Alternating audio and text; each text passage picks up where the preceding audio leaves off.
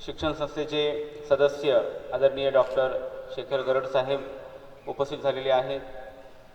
तसेच आजच्या या योग सत्रासाठी योग प्रशिक्षक म्हणून प्राध्यापक शाहूराज अवताडे सर आलेले आहेत। त्यांनी यापूर्वी महाविद्यालयामध्ये अनेक वेळा शिबिरं घेतलेली आहेत। याची आपल्याला कल्पना असेल। विद्यार्थ्यांसाठी सुद्धा आपण या ठिकाणी मुलींसाठी योग सत्राचं आयोजन केलं होतं यापूर्वी आणि सरांचा मोठा अनुभव आहे। भारत स्वाभिमानच्या माध्यमातून मोठं कार्य लातूर जिल्ह्यामध्ये सर करत आहेत। तसेच या ठिकाणी महाविद्यालयाचे प्राचार्य डॉक्टर महादेव गव्हाणे सर, उपप्राचार्य यू मासूमदार सर व सर्व इतर अधिकारी वर्ग या ठिकाणी उपस्थित झालेले आहेत। मी सर्वांचे या ठिकाणी हार्दिक स्वागत करतो व आजच्या आंतरराष्ट्रीय योग दिनाच्या निमित्ताने आयोजित योग सत्राचं आपण या ठिकाणी आरंभ करूया। सर्वप्रथम पाहुण्यांच्या स्वागताने मी आदरणीय प्राचार्य डॉक्टर सर यांना मी विनंती करतो की त्यांनी आजचे जे योग प्रशिक्षक आहेत श्री शाहूराज अवताडे सर यांचं पुष्पगुच्छ व ग्रंथभेट देऊन स्वागत करावं।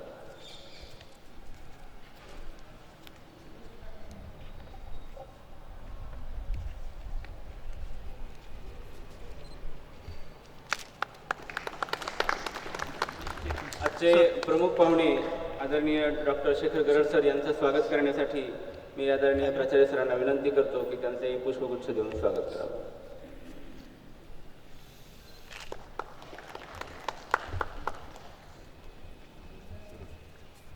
धन्यवाद सर। आहे भारतामध्ये नव्हे तर भारताबाहेर देखील योगाबद्दलची जागरूकता वाढली। त्याचा परिणाम आपल्याला या गेल्या 5 वर्षामध्ये खूप प्रकर्षाने जाणवत आहे की लोक जागरूक होऊन आपल्या आरोग्यासाठी योगाचा अभ्यास करणं हे किती गरजेचं आहे याची जाणीव सर्वांना होत आहे। तसा पाहिला तर योग हा काही आधुनिक काळामध्ये संशोधन केलेलं नाही, तर प्राचीन काळापासूनच भारतामध्ये योगाचा अभ्यास होत राहिलेला आहे। योग या शब्दाला कोणत्याही भाषेमध्ये पर्याय नाही। योगाचे आपण अर्थ सांगू शकतो, परंतु पर्यायी शब्द आपल्याला सांगता येणार नाही, कारण हा या भारतभूमीचाच आविष्कार आहे। ऋषींनी प्राचीन ग्रंथांमध्ये योगाभ्यासाचं जे वर्णन केलेलं आहे त्याची आज किती गरज आहे हे आधुनिक काळात देखील सर्व योग साधकांना व सर्वसामान्य लोकांना देखील जाणवत आहे। स्वस्थ राहण्यासाठी फक्त औषधांची गरज नाही, तर औषधांशिवाय आपण कायम स्वस्थ राहावं, आरोग्य उत्तम राहावं, रोग होऊच नये यासाठी जे प्रयत्न प्राचीन काळी झालेले आहेत त्यामध्ये योगाचं नाव आपण अग्रक्रमाने घेऊ शकतो। आचार्य सुश्रुत यांनी स्वस्थ कोणाला म्हणावं, निरोगी कोणाला म्हणावं याबद्दल फार सुंदर विवेचन केलेले आहे। ते म्हणतात की समदोषः समाग्निश्च समधातु मलक्रियः। ज्या व्यक्तीचे दोष म्हणजे वात पित्त कफ हे समान असतात, ज्याची अग्नी ही समान असते आणि ज्याच्या सर्व क्रिया ह्या सर्वसामान्यपणे चालतात, तो व्यक्ती स्वस्थ असतो। आणि मग स्वस्थ राहण्यासाठी जे काही प्राचीन शास्त्रांमध्ये उपाय सांगितलेले आहेत, योगाच्या ज्या 8 अंगांचा उल्लेख केलेला आहे, 8 पायऱ्या आहेत, त्यामध्ये 2 पायऱ्या तर अतिशय उपयुक्त आणि गरजेच्या आहेत, त्याकडे आपण थोडासा आपण दुर्लक्ष करीत असतो। ते आहेत यम आणि नियम, आणि त्यानंतर क्रमांक लागतो आसन आणि प्राणायामाचा। म्हणून यमाचे आणि नियमाचे पालन करणे किती गरजेचे आहे याचा विस्ताराने आपण कधी उल्लेख करू। शौच संतोष तपस स्वाध्याय ईश्वर प्रणिधान आणि नियमाः आणि अहिंसा सत्य असते ब्रह्मचर्य परिग्रह यमः। यम आणि नियम यांच्या पालनातूनच शारीरिक आणि मानसिक आरोग्य उत्तम राहतं। मी अधिक वेळ न घेता या ठिकाणी आपण फक्त शरीरानेच नाही तर मनाने देखील स्वस्थ राहूया अशा प्रकारचा अभ्यास या ठिकाणी आपल्याला करायचा आहे। मी आदरणीय प्राध्यापक शाहूराज अवताडे सर यांना विनंती करतो की आपण या पुढील योग सत्राचं जे काही प्रोटोकॉलमध्ये जे दिलेले आहे ते तर करणारच आहोत, शिवाय काही इतरही अभ्यास या ठिकाणी अवताडे सर करून घेणार आहेत. मी त्यांना विनंती करतो की या पुढील सत्राचा आपण आरंभ करावा. साजरा करतो. हा योग हा युज शब्दापासून माझा धातू योग. योग म्हणजे जोडणे, मनाला जोडणे, शरीराला मनाशी जोडणं, एकमेकाशी जोडणं म्हणजे योग. हा योग 21 जून परता मर्यादित न राहता आपल्या जीवनाचा अविभाज्य अंग, अविभाज्य घटक बनला पाहिजे. म्हणून पतंजलीचं ब्रीद आहे, करो योग रहो निरोग. जर तुम्ही योग करत असाल नित्य 24 घंट्यापैकी 1 घंटा आपल्या शरीरासाठी द्या, 23 घंटे इतर कामासाठी द्या. आयुष्यभर तुम्हाला कुठेही जायची गरज नाही. पूर्णपणे शरीरामध्ये प्रक्रिया घडतात. सेल ज्या डिजनरेट होतात त्या रिजनरेट होतात. म्हणून हा योग आपला 1 दिवसाचा न राहता त्याला आपल्या जीवनाचा अविभाज्य घटक बनवतो. तसं माझ्या या कॉलेजशी खूप जुनं नातं आहे. तुमचे जेवढे काही NSSचे कॅम्प झाले त्या प्रत्येक कॅम्पमध्ये आम्ही जाऊन इथून योग शिकवला. मी, माझे गुरु आदरणीय मुंडे सर आणि प्राचार्य आमचे इकडे जीवलक स्नेह आमचे गव्हाणे सर यांनी जिथं बोलवलं तिथं आम्ही जाऊन योग शिकवला आपल्या विद्यार्थ्यांसाठी. इथं पण आम्ही 1 महिनाभर मुलींसाठी योग शिबिर घेतलो. त्याच्यानंतर परमश्रद्धेय आमचे आनंददेवजी महाराज त्यांचं पण इथं 5 दिवसीय शिबिर झालं. असं हे अतूट नातं म्हणजे हा एक योग आहे. तर आपण या आंतरराष्ट्रीय 5व्या योग दिनानिमित्त आपल्या आज योग सत्राला आरंभ करूयात. प्रथम त्रिवार ओंकार गायत्री मंत्र, महामृत्यूंजय मंत्र, संघटन सूत्र आणि शांती पाठ एकत्रपणे म्हणायचे सगळ्यांनी.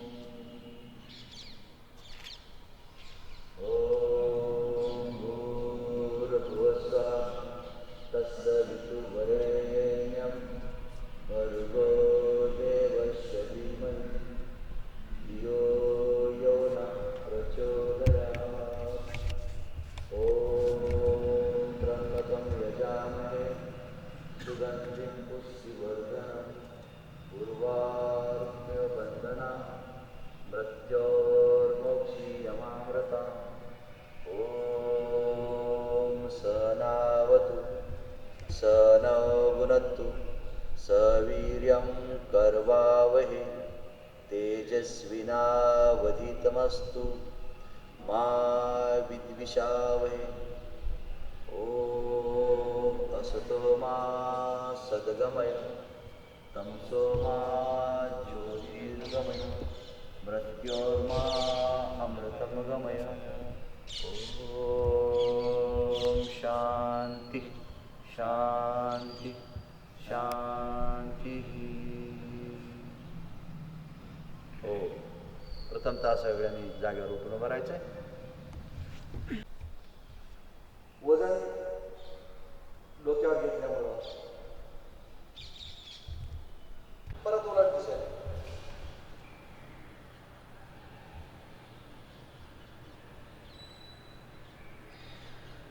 Clockwise anti clockwise.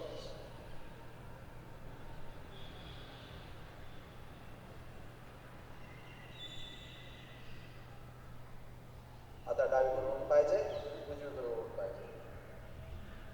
हळूहळू ही क्रिया करायची.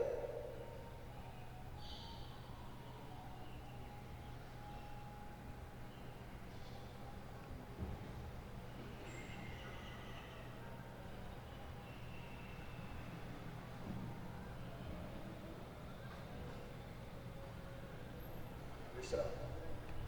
थोडंसं पाणी.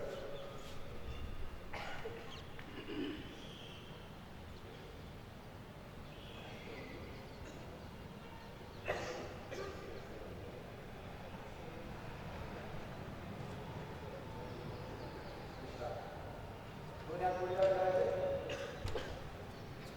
घुटणाच्या त्याला बाहेरून आतमध्ये असं कुठलं घर नसेल की त्या घरी गुडघ्याचे प्रॉब्लेम आहे. म्हणून गुडघ्यासाठी अत्यंत लाभदायक घुटणाच्या. परत उलट दिशेने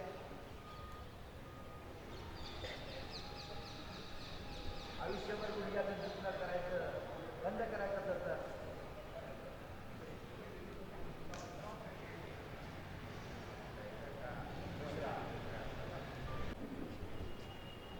परत सरळ दुसऱ्या बाजू. परत सरळ आणखी एक. परत सरळ दुसऱ्या बाजू. परत दुसरा बाजू. आणि सर्दी पडस खोकला यापासून सुद्धा मुक्ती मिळते. म्हणून ताडासन हे शरीराच्या उंचीबरोबर मनाची उंची वाढवून देणार आसन. म्हणून युवकासाठी तर अत्यंत लाभ. परत खाली यायचं. परत आणखीन एक करायचं. जेवढं तुम्हाला शरीराला स्ट्रेच करता येईल तेवढं करायचं.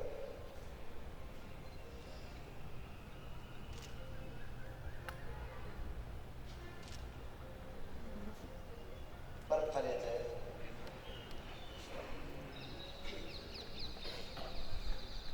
त्याच्यानंतर आपण करूयात ध्रुवासन.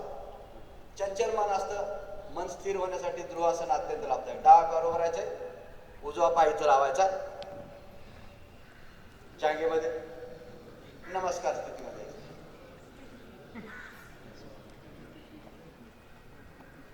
मन खूप चंचल आहे, भरकटत राहतं, म्हणून या चंचल मनाला स्थिर करून देणारं हे ध्रुवासन. यामध्येच करायचं वृक्षासन.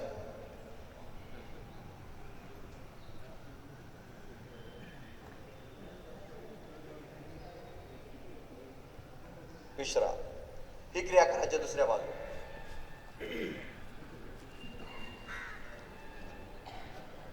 परत नमस्कार स्थितीमध्ये.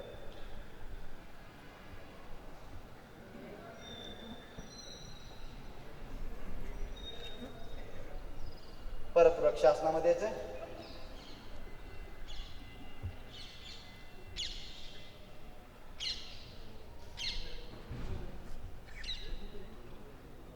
विश्राम. काय आता बैठे स्वरूपाचे आसन.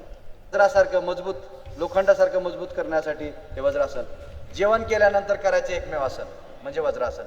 किती जेवण करा, 15 ते 20 मिनिटामध्ये जेवण पचन होतं, पण हे वज्रासन अत्यंत लाभदायक. तर वज्रासनामध्ये बसल्यानंतर पहिल्यांदा करूयात अर्धचंद्रासन. गुडघ्यावर उभं राहायचे असं, हात विवेकानंद पोझिशन सारखं, आणि थोडंसं मागं झुकायचं आहे. ज्यांना पाठीच्या मणक्याचे प्रॉब्लेम आहेत ते दूर करून देतो. परत सरळ आणखीन एक चक्र करायचे आहे. अर्धचंद्रासन.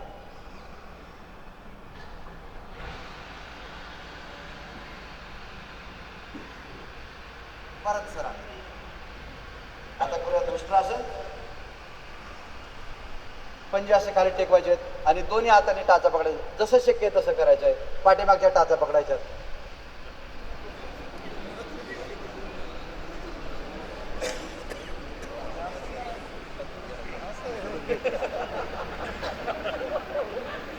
सरळ.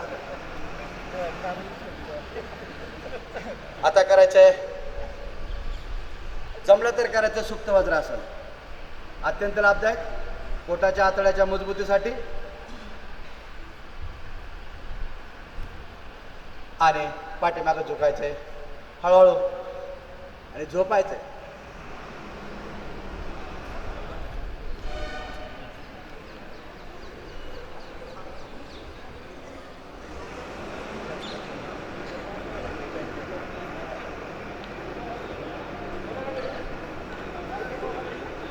सहजपणे उठायचंय, खाली करायचंय, शशकासन करायचंय, समर्पणाचं आसन. अत्यंत लाभदायक. शशक म्हणजे चंद्र, शशक म्हणजे स्वतः. स्वामीजी म्हणतात घरी काही झालं तर सरळ शशकासन करा, समर्पणाचं आसन, सरळ नमस्कार स्थितीमध्ये खाली.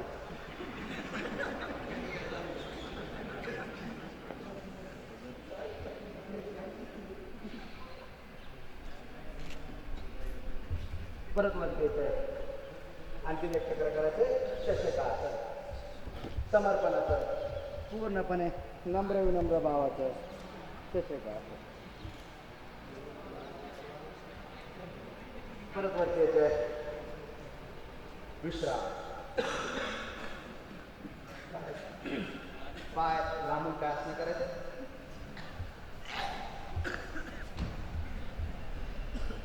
ज्यावेळेस बैठी स्थितीमध्ये आपण बसतो याचं नाव आहे दंडासन. झोपलेल्या स्थितीमध्ये आराम करतो त्याचं नाव आहे शवासन. आणि पोटावरही जो आराम करतो त्याचं नाव मकरासन. याला म्हणायचं दंडासन.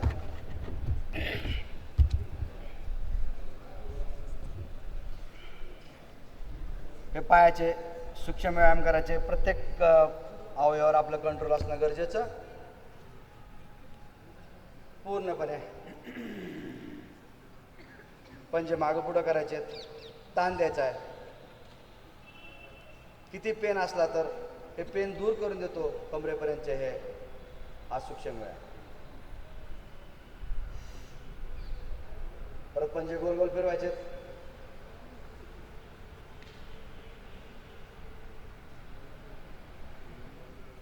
उलट दिशेने.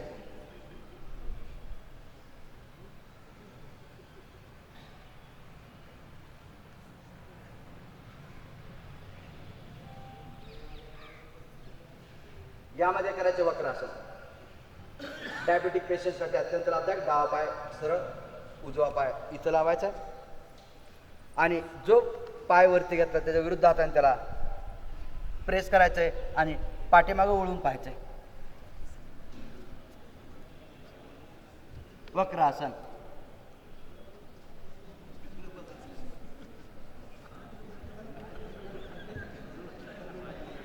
परत पाय सरळ. आपल्या इथल्या बाजूला पॅन्क्रियाज आहे. पॅन्क्रियाजवर प्रेशर पडतं. पॅन्क्रियाज जसं धुणं पिळल्यानंतर पाणी पडतं तसं पॅन्क्रियाजमधून इन्सुलिन बाहेर येतं आणि हे इन्सुलिन आपल्या शरीरातल्या ग्लुकोजवर कंट्रोल करतं. म्हणून डायबेटिक पेशंटसाठी वक्रासन अत्यंत लाभ. दुसऱ्या बाजू विरुद्ध पाय विरुद्ध हात.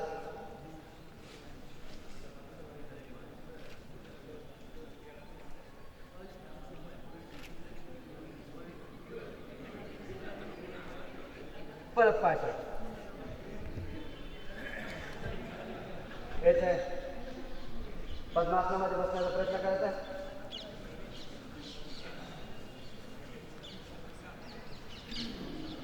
जमलं तर अर्ध पद्मासन नाही तर पूर्ण पद्मासन. पद्म म्हणजे कमळ. कमळाप्रमाणे आपल्या शरीराची रचना होती म्हणून याचं नाव पद्मासन. यामध्ये आहे ध्यान मुद्रा, जे चंचल मनाला स्थिर करून देणारी ध्यान मुद्रा. त्याला दुसरं नाव ध्यान मुद्रा. म्हणून विद्यार्थ्यांसाठी ही लाभदायक मुद्रा. कधी चिंतन करताना, अभ्यास करताना, दुसरं काय कार्य करताना असं बसल तर मन शांत होतं, IQ लेवल वाढते. हा प्रयोग केला आम्ही इथं आम्ही जवळजवळ 50-60 वस्तू ठेवलेल्या होत्या विद्यार्थ्यांसाठी. त्यांना सगळ्या वस्तू दाखवल्या आणि त्याच्यानंतर त्यांना जागेवर बसून लिहा म्हणलं तुम्ही काय पाहिलं ते. तर 50 पैकी 35, 36, 37 एवढ्यापर्यंत वस्तू लिहिल्या, 50 पर्यंत कोणीच गेलं नाही. त्यानंतर 15 मिनिटाचं आम्ही मेडिटेशन घेतलं, ओंकार घेतला, सूर्यनमस्कार घेतला. परत त्याच वस्तू त्यांनी चेंज केला, दुसऱ्या आम्ही 50-60 वस्तू ठेवल्या.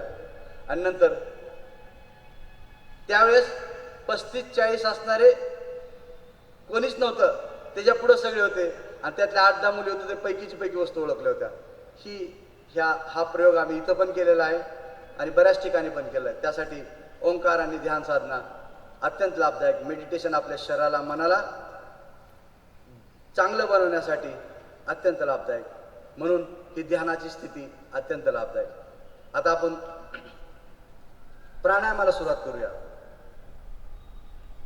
आता तसं पाहिलं तर 450 प्राणायाम आहेत, परंतु मानवी जीवनाला उपयुक्त असेल फक्त 8 प्राणायाम पतंजली योगपीठ आणि स्वामी रामदेवजी महाराजांनी आपल्या सिलेबसमध्ये केलेले आहेत. त्यामध्ये पहिला प्राणायाम आहे भस्त्रिका, कपालभाती, बाह्य प्राणायाम, त्यात अग्निसारी क्रिया आहे, उज्जय आहे, अनुलोम विलोम आहे, ब्राह्मरी, उद्गीत आणि प्रणव ध्यान. परंतु शरीरासाठी अत्यंत लाभदायक कोणते असतील? अत्यंत लाभदायक म्हणजे कपालभाती आणि अनुलोम विलोम. कपालभाती प्राणायाम केल्यानंतर तुमच्या शरीरामध्ये कुठलाही दोष राहणार नाही. प्रत्येक क्रियामध्ये तुम्हाला हळूहळू काय परिणाम असे आहेत की तुम्हाला 3 तासानंतर, 3 दिवसानंतर, 3 आठवड्यानंतर, 3 महिन्यानंतर, परंतु 6 ते 9 महिन्यामध्ये तुमच्या शरीरामध्ये असा कुठलाही व्याधी राहणार नाही जे की नित्य योग आणि प्राणायाम करतो. कुठलाही, इव्हन कॅन्सरचे सुद्धा. आज आमच्या पतंजली परिवारामध्ये 6 ते 7 लोक आहेत कॅन्सरचे, ज्याला की डॉक्टरने सांगितलं होतं 6 महिन्यामध्ये तुमचं आयुष्य संपून जाईल, परंतु नित्य योग करतात सकाळ संध्याकाळ. आज 7-8 वर्ष झालं विदाऊट गोळीचे ते व्यवस्थितपणे जिवंत आहेत. हे उदाहरण आहे. त्याच्यामुळं ह्या योगाला आपण आपल्या जीवनाचा अविभाज्य अंग बनवा, अविभाज्य घटक बनवा. म्हणून प्रथम आपण महत्त्वाचे 2-3 प्राणायाम घेऊयात. तर पहिल्यांदा करायचे भस्त्रिका. दीर्घ श्वास घ्यायचा आणि श्वास सोडायचा. हळूहळू श्वास घ्या, हळूहळू सोडा. भस्त्रिका म्हणजे भाता.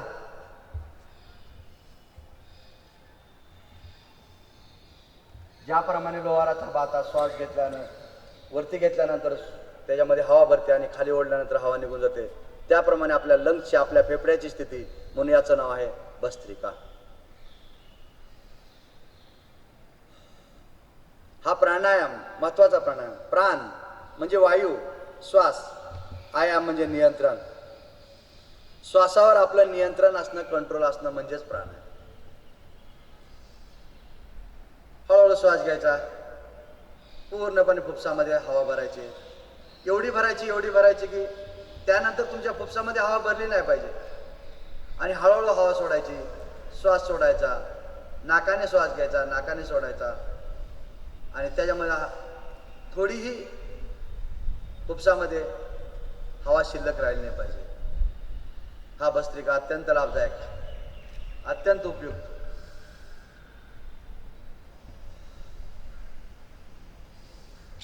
आपल्या ज्या कोशिका आहेत फुफ्सामध्ये, त्या कोशिका, प्रत्येक कोशिकापर्यंत ऑक्सिजन जाण्याचं काम करतो त्या भस्त्रिकामुळे. आपण पाणी शुद्ध करतो. कसं करतो पाणी शुद्ध? पाण्याला स्थिर ठेवलं, पाणी शुद्ध होतं. पाण्याला उकळलं, पाणी शुद्ध होतं. पाण्याला फिल्टर केलं, पाणी शुद्ध होतं. तुरटी फिरवली, गाळलं, पाणी शुद्ध होतं. तसं आपलं ब्लड प्युरिफाय करायचे, रक्त शुद्ध करायचे. काय? जेवढी आपल्या रक्तामध्ये ऑक्सिजनची मात्रा मिसळेल तेवढं रक्त शुद्ध. म्हणून भस्त्रिका हा प्राणायामाला रक्त शुद्धकारी प्राणायाम. हळूहळू दीर्घ श्वास घ्यायचा आणि श्वास सोडायचा. जेवढा तुम्हाला फुफ्सामध्ये श्वास भरता येईल तेवढा भरायचा आणि हळूहळू सोडायचा. हळूहळू घ्यायचा, हळूहळू सोडायचा. आणि फुफ्सा एकदा मजबूत झाले, तुम्हाला ना सर्दी, पडसं, खोकला, ब्रॉन्कायटिस, सायनसचे विकार, allergy, asthma, even blood cancer सुद्धा नाही. म्हणून भस्त्रिका अत्यंत लाभदायक. नित्यनेमाने भस्त्रिक करा. अस्थमा कधी होणार नाही, असल्याला दूर होऊन जाईल, गोळी खायची गरज पडणार नाही. मुलं खेळतात, पावसात खेळतात, उन्हात खेळतात, सगळ्या मुलाला सर्दी पडस होत नाही. काही मुलांना सर्दी पडसं होणं म्हणजे आपल्या फुफ्साची कमकुवतपणा. म्हणून फुफ्सं मजबूत करण्यासाठी भस्त्रिका अत्यंत लाभदायक. आणि ऑक्सिजनची मात्रा जेवढी तुमच्या शरीरात तेवढ्या रोगापासून मुक्ती. प्रत्येकाच्या शरीरामध्ये कॅन्सर पेशी आहेत, प्रत्येकाच्या शरीरात. परंतु ज्यावेळेस ऑक्सिजनची मात्रा शरीरामध्ये कमी पडेल, कार्बनची मात्रा वाढेल, त्यावेळेस आपल्या पेशीमध्ये कॅन्सर वाढायला सुरुवात होते. म्हणून लोक विचार करतात की हे व्यसनी नव्हतं, काहीच करत नव्हतं, मग ह्याला कॅन्सर झाला कसा? तर ऑक्सिजनची मात्रा शरीरामध्ये कमी पडून द्यायची नंतर तर रोज नित्यनेमाने योग करा, प्राणायाम करा. जोपर्यंत तुमच्या शरीरातून घाम निघत नाही तोपर्यंत तुमच्या कुठल्याही व्यायामाला अर्थ राहत. दीर्घ श्वास घ्या आणि श्वास सोडा.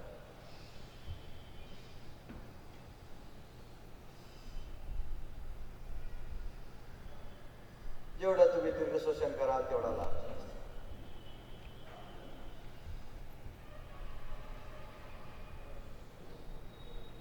आपल्याला जाणे झाले आणि श्वास हा पोटामध्ये भरायचा नाही, फुफ्सामध्ये श्वास भरायचा, छातीमध्ये श्वास भरायचा.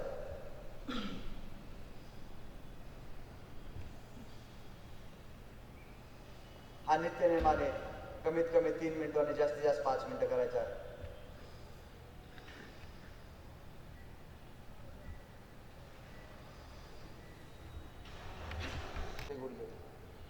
उभं राहून पाणी प्यायचं नाही कधी. उभं राहून पाणी प्यायल्याने 40-50 नंतर गुडघेदुखीचे प्रॉब्लेम होतात. म्हणून पाणी बसून प्यायचं. पाण्याचे 2-4 नियम सांगतो तेवढे पाळायचे आयुष्यभर. त्या आजारामधून मुक्ती. फ्रीजचं पाणी कधी प्यायचं नाही, शरीराला अत्यंत घातक फ्रीजचं पाणी, थंड पाणी. नॉर्मल पाणी शरीराला चांगलं. उभं राहून पाणी प्यायचं नाही. झोपेतून उठल्या उशप पान करायचं, पाणी प्यायचं. तांब्याच्या भांड्यामध्ये पाणी भरून ठेवलं तर ते अत्यंत लाभदायक. न तोंड धुता पाणी पिणं अत्यंत लाभदायक. सलावा त्यामध्ये आपला मिसळतो आणि आपल्या शरीरामध्ये येतो. याचे बटरफ्लायमध्ये, तिथल्या आसनामध्ये यायचं आहे. शरीर हलकं फुलकं करून देणारा हा बटरफ्लाय. त्याचबरोबर कमरेचे सांध्यामध्ये व्यायाम मिळवून देणारा हिप जॉईंटसाठी अत्यंत लाभदायक. सगळ्यात शरीराचा मोठा सांधा. प्रयत्न करायचा आहे खाली पाय चिपकवण्याचा.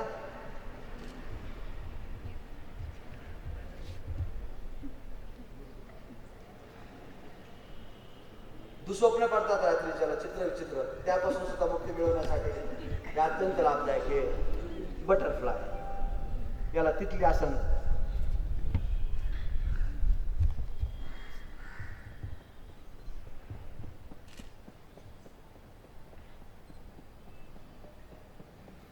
यामध्येच थोडंसं पायजवळ घ्यायचे आणि करायचे गोरक्षासन. याचं नाव गोरक्षासन.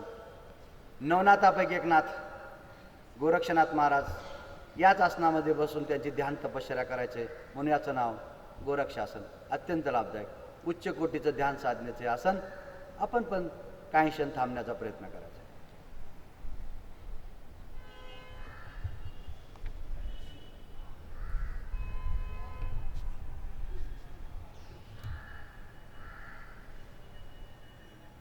यामध्येच थोडेसे पाय पुढे घ्यायचे आणि आपल्या चरणावर आपला माथा टेकवायचा प्रयत्न करायचा आहे. आपलं दर्शन कोणी घेऊ न घेऊ आपण स्वतःचं दर्शन घ्यायचं आहे. डोकं टेकवण्याचा प्रयत्न करायचा आहे.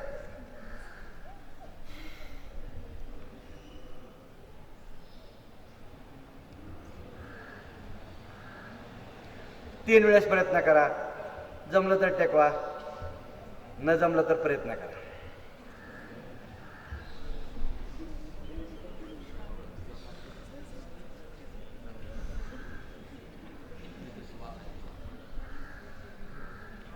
पाय थपथप पाहिजेत.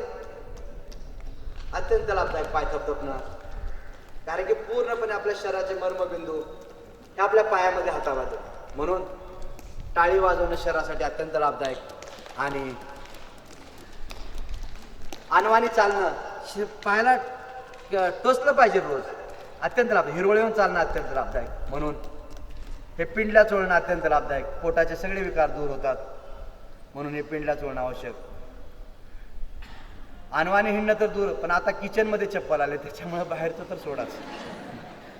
म्हणून परत पाय थपथपून याच्या आसन स्थितीमध्ये पाय थपथपून घ्या.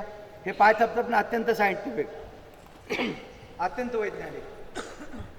आपण फळं घेतो, दूध घेतो, अन्न घेतो, प्रत्येकामध्ये इन्सेक्टिसाईड आहे, पेस्टिसाईड आहेत. युरियाचं प्रमाण वाढतं शरीरामध्ये, ब्लडमध्ये. युरियाचं प्रमाण वाढल्यानंतर व्हेरिकोज व्हेन सारखे प्रॉब्लेम तयार होतात, एकदम त्रासदायक होतं. म्हणून आपलं युरियाचं प्रमाण शरीरामध्ये निघून जाण्यासाठी हे थपथपणं. दुधामध्ये मिलावट आली म्हणून का आपण गाय पाळू शकत नाही, भाज्यापाल्यामध्ये हे आलं म्हणून आपण शेती घरी करू शकत नाही, जगाला तर आपण बदलू शकत नाही. परंतु आपल्याला जर राहायचं असेल तर आपण स्वतः बदललं पाहिजे. एवढे योगामुळं आपल्या शरीरामध्ये तुम्ही इम्युन पॉवर तयार करा, रेजिस्टन्स पॉवर तयार करा, की कुठलंही अन्न पचवण्याची ताकद आपल्यामध्ये. म्हणून हे अत्यंत लागतं. परत येतं असं स्थितीमध्ये आणि करायचे कपालभाती. अत्यंत लागतं कपालभाती. कपाल म्हणजे आपलं कपाळ, हाती म्हणजे चमक, ग्लो, फेअर. वाईट मुद्रेमध्ये बसायचं. ज्यांना आर्थरायटिसचे प्रॉब्लेम आहेत, शरीरामध्ये 302 प्रकारचे सांधे आहेत आपल्या शरीरामध्ये. त्या सांध्याला आराम मिळून देणारा हा वायू मुद्रा. आणि एका सेकंदाला एक धक्का. आणि लक्ष आता आख्या चक्रावर द्यायचं नाही, मूलाधार चक्रावर, जिथं पाठीच्या मणक्याचा शेवट होतो, त्याला टेल पीस म्हणतो, टेल बोन म्हणतो, त्या ठिकाणी लक्ष केंद्रित करायचे. आणि एका सेकंदाला एक धक्का, असं कपालभाती. श्वास बाहेर पोटात. हे थोडासा काय काय वेळेस श्वासही बाहेर होतो आणि पोटही बाहेर होतो, परंतु आपल्याला श्वास बाहेर आणि पोट आत द्यायला पाहिजे. जो हा प्राणायाम करतो आयुष्यभर त्याला कुठल्याही व्याधीपासून मुक्त, कुठलीच व्याधी होणार नाही, परंतु नित्य नियमाने. म्हणून म्हणलंय सौख्याय समाधानाय निरोगत्वाय योगमेव अभ्यास का शक्ती. जर आयुष्यभर तुम्हाला सुखी, समाधानी, निरोगी जीवन जर जगायचं असेल तर योग आणि प्राणायामशिवाय या जगामध्ये दुसरे कुठल्याही औषध नाही, कुठलीही व्याधी नाही, कुठल्याही तुमची दिनचर्या नाही. म्हणून योग. असं कुठली व्याधी नाही जी कपालभाती नाही, म्हणून कपालभाती होतं. म्हणून सगळ्यात जास्त कपालभातीला होतं.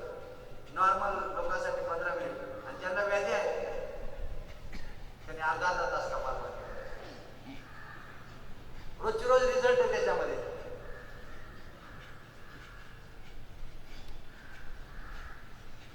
पहिल्यानंतर पोटाच्या विकारापासून मुक्ती.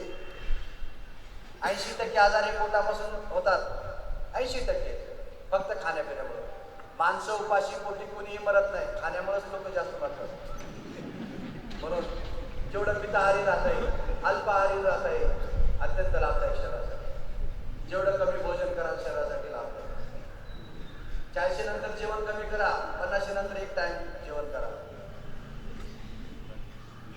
आहारामध्ये लिक्विडचं प्रमाण वाढवा, सॉलिड भोजन कमी करा. 80% आजारापासून मुक्ती मिळवून देतो हा कपालभाती. कारण की जेवढे काय तुमचे इंटेस्टाईनचे आजार आहेत, डायजेस्टिव्ह सिस्टीम आहे, पाचन संस्था आहे, याच्यापासून मुक्ती मिळते हा कपालभाती. एका सेकंद. याला महासंजीवनी महाऔषधी प्राणायाम म्हणले.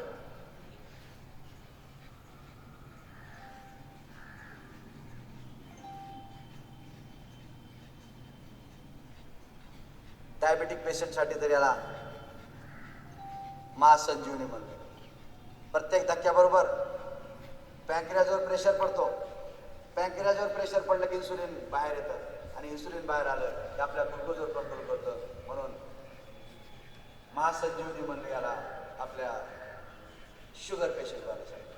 म्हणून नित्यनेमाने कपालभाती करा, मंडूकासन करा,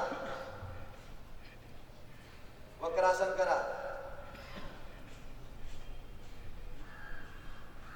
टमाटो, काकडी याचं सेवन करा, दलिया खावा. पूर्णपणे 2-3 महिन्यामध्ये कंट्रोल होतो शुगर.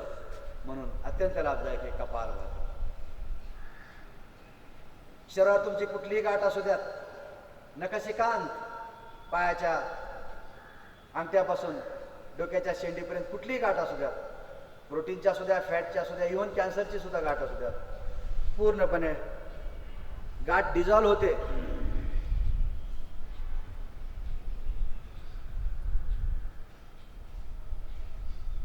कुठल्याही गाठी डिझॉल्व होतात या कपालभातीमुळे.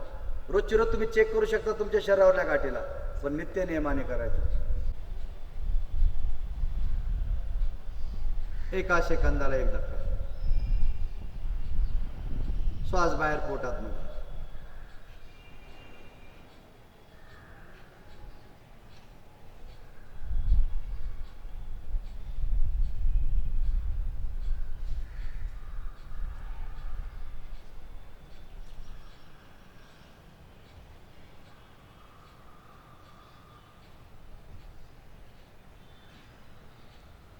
एक दीर्घ श्वास घ्यायचा आहे, श्वास सोडायचा आहे, डोळे उघडायचे आणि पाय खुले करायचे.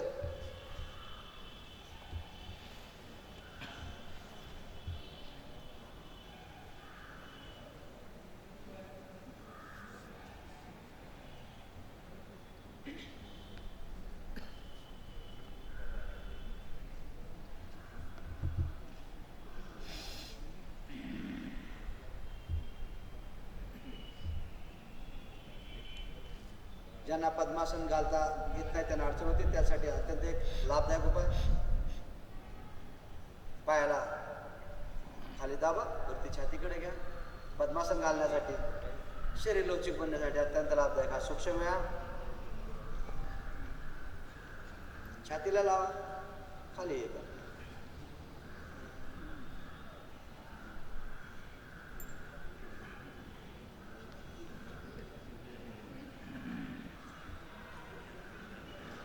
परत याला लहान बालकाप्रमाणे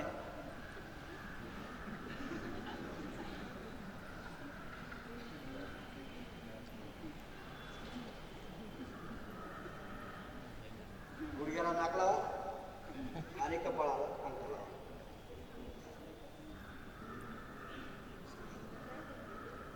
ही क्रिया दुसऱ्या बाजूने करा, ज्याच्यामुळे की हलकं फुलकं शरीर होईल आणि पद्मासन घालण्यासाठी त्रास होणार नाही.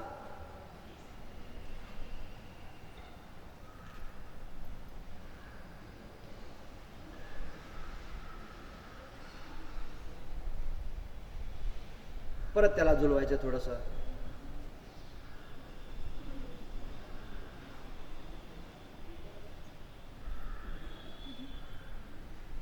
गुडघ्याला नाक लावा आणि अंगठा कपाळावर.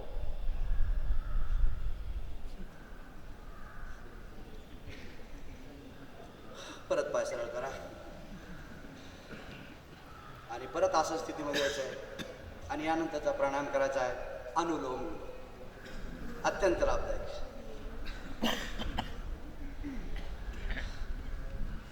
उजव्या अंगठ्याने उजवी नासिका बंद करायची, डावीने श्वास घ्यायचा, दीर्घ श्वास घ्यायचा. परत ती डावी नासिका बंद करून उजवीने श्वास सोडायचा आहे. ज्याने सोडला त्याने श्वास घ्यायचा आहे, परत ती बंद करून डावीने सोडायचं आहे. त्याच डावीने घ्यायचा आहे, ती डावी नासिका बंद करून उजवीने सोडायचा आहे. त्याच उजवीने घ्यायचा आहे, ती बंद करून डावीने सोडायचं आहे. लक्ष आज्ञाचक्र. दीर्घ जेवढं श्वसन कराल तेवढा लाभ जास्त. हलकंच दाबायचं नाकाला, उगाच स्पर्श करून फक्त नाकपुडी बंद झाली पाहिजे. डावी ही नासिका चंद्रनाडी, उजवी नासिका सूर्यनाडी आणि दोन्हीच्या मध्ये असणारी सुषुम्ना नाडी, त्याला ईडा पिंगला असं दुसरं नाव, चंद्रभेदी, सूर्यभेदी आणखीन एक नाव. ज्यावेळेस उजव्या नासिकाने श्वास घेतो त्यावेळेस आपल्या डाव्या मेंदूकडे जातो आणि डावीने ज्यावेळेस श्वास घेतो तो उजव्या मेंदूकडे जातो. आपल्या मेंदूचं वजन फक्त 2% आपल्या शरीराचा, परंतु त्याला ऑक्सिजन आणि ब्लड 25%. म्हणून मेंदूचं आरोग्य आपल्यासाठी अत्यंत लाभदायक, अत्यंत उपयुक्त, त्याची काळजी घेणं अत्यंत गरजेचं. म्हणून तर एवढ्या स्कलमध्ये त्याला व्यवस्थितरित्या निसर्गाने ठेवलं. जेवढा दीर्घ श्वसन कराल तेवढा लाभ होईल. शरीराचे ब्लॉकेजेस निघून जातात याच्यामुळं. रोज तुम्ही अनुलोम विलोम करा, कधीही तुम्हाला पॅरालिसिस येणार नाही. आजकाल पॅरालिसिस म्हणजे अधांग वायू, थोडा की ट्रेस आला की आपल्या मेंदूमध्ये रक्ताची गाठ निर्माण होते आणि पूर्णपणे संचलन दूर होतं. म्हणून सभी रोगों का मूळ ट्रेस है, सगळ्या रोगाचं मूळ कारण ताणतणाव आहे. म्हणून ताणतणावापासून जर दूर राहायचं असेल तर रोज अनुलोम विलोम करा. मायग्रेन पेन, अर्धशिशी, ब्रेन हॅमरेज, याच्यासाठी अनुलोम विलोम करा. नित्यनेमाने अनुलोम विलोम करा. पूर्णपणे तुमच्या शरीरामध्ये, ब्रेनमध्ये कुठलाही प्रॉब्लेम येणार. आपल्या शरीरामध्ये 72,72,10,201 नसनाड्या आहेत. ह्या नसनाड्या परिशुद्ध करण्याचं काम हा अनुलोम विलोम करतो. एवढं संचलन चालू असतं, सतत आपल्या क्रिया चालू असतात शरीरामध्ये. हार्टचं ब्लॉकेजेस दूर करून देतो, बीपी नॉर्मल करतो. बीपी हा मानसिक आजार आहे. अनुलोम विलोम करा, बीपी नॉर्मल होऊन जाईल.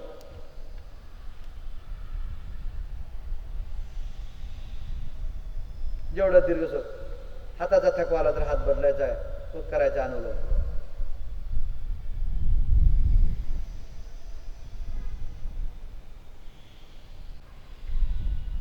आयुष्यभर डोळ्याला चष्मा घालायचा नसेल.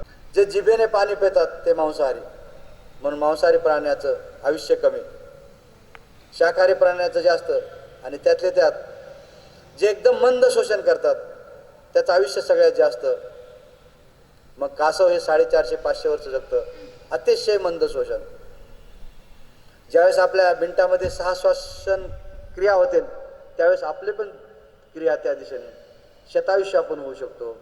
फक्त खानपान, आहार विहार याच्यावर आपलं कंट्रोल असणं गरजेचं. दीर्घ श्वास घ्या, परत नासिका दाबा, दुसऱ्या नासिकेने सोडा, परत ती नासिकेने सोडा. शेवटी उजव्या नासिकेने श्वास घ्या, ती बंद करा आणि डावीने सोडा. आता यानंतर करूयात काही सिंहावलोकन करण्यासाठी, मन शांत ठेवण्यासाठी. या धकाधकीच्या जीवनामध्ये 2 मिनिटापासून अर्धा तास, तासून तास तुम्ही ध्यान करू शकता. ध्यान म्हणजे काय? स्वतःने स्वतःसाठी दिलेला वेळ म्हणजे ध्यान. म्हणून ध्यान तपश्चर्या आपल्यासाठी लाभदायक. म्हणून प्रथम आपण भ्रामरी करायचे, ओंकार करायचे 3 वेळेस, भ्रामरी 3 वेळेस आणि तंत्र करायचे. शेवटी प्रणव ध्यान म्हणजे 2 बोटं माथ्यावर, हे 2 बोटं नाशिकेवर, अंगठ्याने कान बंद करायचे आणि 3 वेळेस भुंग्यासारखा गुंजाराव करायचा आहे 3 वेळेस.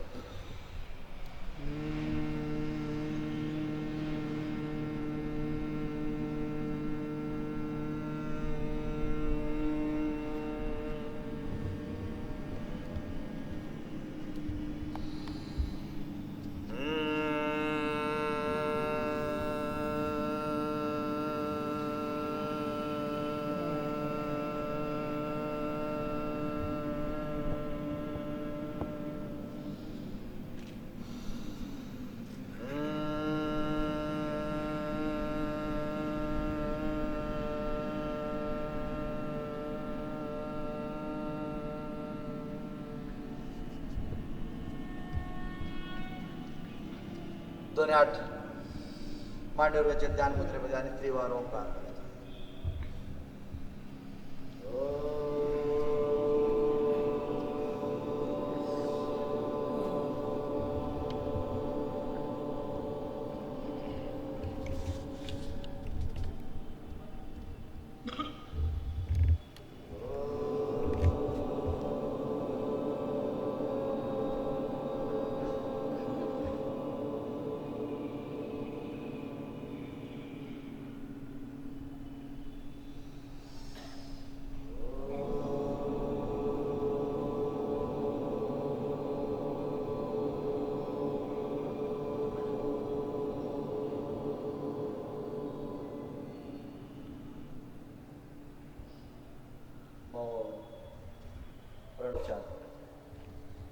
मानसिक जप करायचा, उद्गीत करायचं,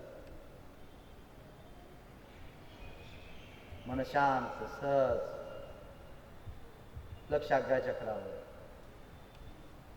श्वास घेताना होऊन श्वास सोडताना होऊन.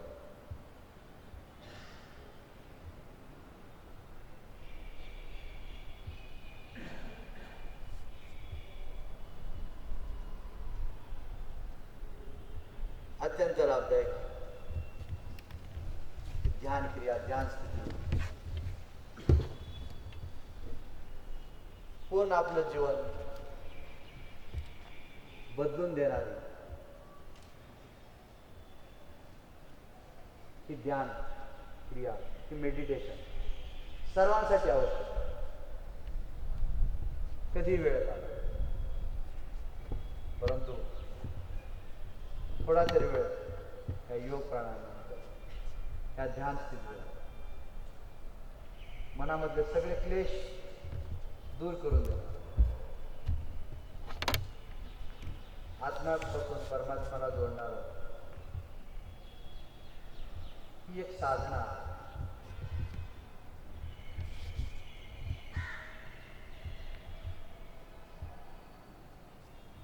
ही आपल्या जीवनाचा अविभाज्य घटक झाली पाहिजे. शेवटी म्हणून म्हणलं आरोग्य म्हणून जगामध्ये आरोग्य एवढं श्रेष्ठ काय मिळू शकतं. आरोग्य परत मिळलं नाही. योग, प्राणायाम, ध्यान, साधना अत्यंत. शेवटी हात डोक्यावर घ्यायचे, हाताचं दर्शन करायचे.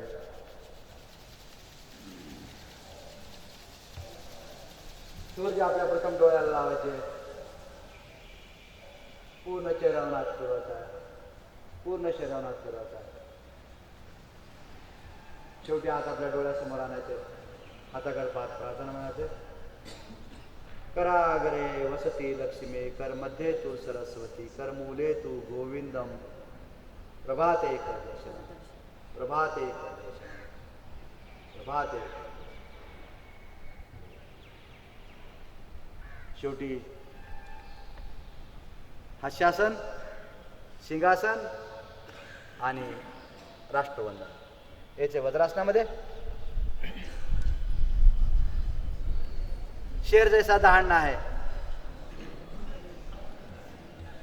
दिवसभर गळा साफ राहण्यासाठी, टॉन्सिलसाठी, थायरॉइडसाठी, माता भगिनीसाठी टॉन्सिल थायरॉइडचे प्रॉब्लेम खूप राहतात. एकदा गोळी सुरू झाली की आयुष्यभर त्याचे. हे गेटकीपर आहेत.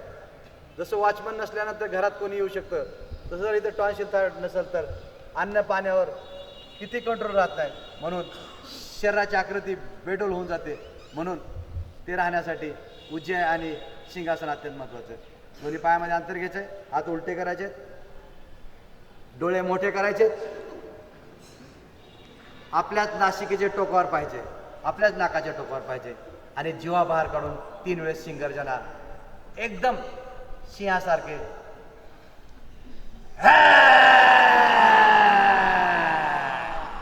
3 वेळेस.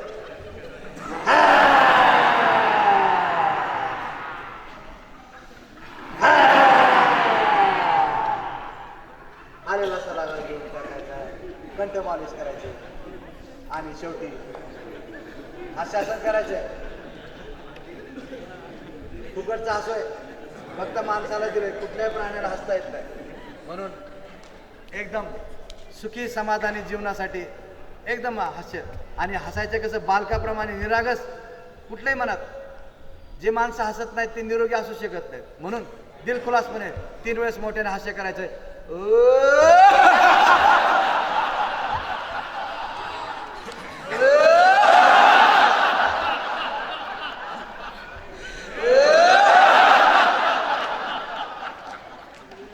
जे हसत नाहीत त्यांच्यासाठी एक हास्य खूप हास्य बसतात. हसले नाही तर त्यांच्याकडे बघून हास्य गाण्यातल्या गाण्यात हसायचं.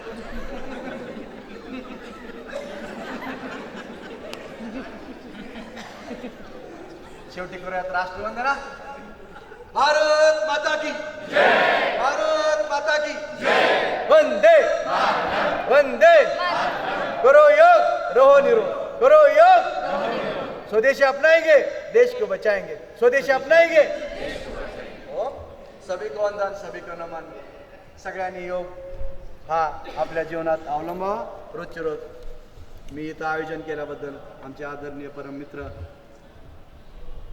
प्राचार्य गव्हाणे सरांचं मोठं मोठं आभार मानतो. पतंजली आमच्या परिवारातर्फे ओम धन्यवाद. सत्राचा समारंभ हा पूर्ण केलेला आहे, त्याबद्दल मी त्यांचे आभार मानतो. सर्व राष्ट्रीय योग दिनानिमित्तानं आपण या ठिकाणी सर्वजणांनी येऊन योग साधना काय असते आपण घरी तर दररोज करतोच, पण आज सर्वांच्या साक्षीनं एकत्र या ठिकाणी योग करण्यामध्ये एक वेगळा आनंद असतो. आज या ठिकाणी आमचे मित्र सन्माननीय शाहूराजजी अवताडे सर हे नेहमीच आपल्याला सहकार्य करत असतात. राष्ट्रीय सेवा योजनेचा कॅम्प असो किंवा आपल्या वसतिगृहासाठी 1 महिन्याचा एक इथं योग शिबिर असेल, अशा प्रत्येक ठिकाणी अगदी कुठलंही मानधन न घेता स्वतःहून ते या ठिकाणी येतात. आम्हाला कधी कधी खेद वाटतो की आम्ही 5:15ला सर 5:15ला या ठिकाणी आले आणि आमची सगळे लोक 5:30च्या नंतर येऊ लागले. आपण किमान एक दिवस तरी लवकर येणं अपेक्षित असतं. पाहुणे यायच्या अगोदर या ठिकाणी आपण येणं अपेक्षित असतं, पण आपण आला नाही. उशीर का होईना असावे तर आपण दररोज योग करावा अशी मी अपेक्षा व्यक्त करतो.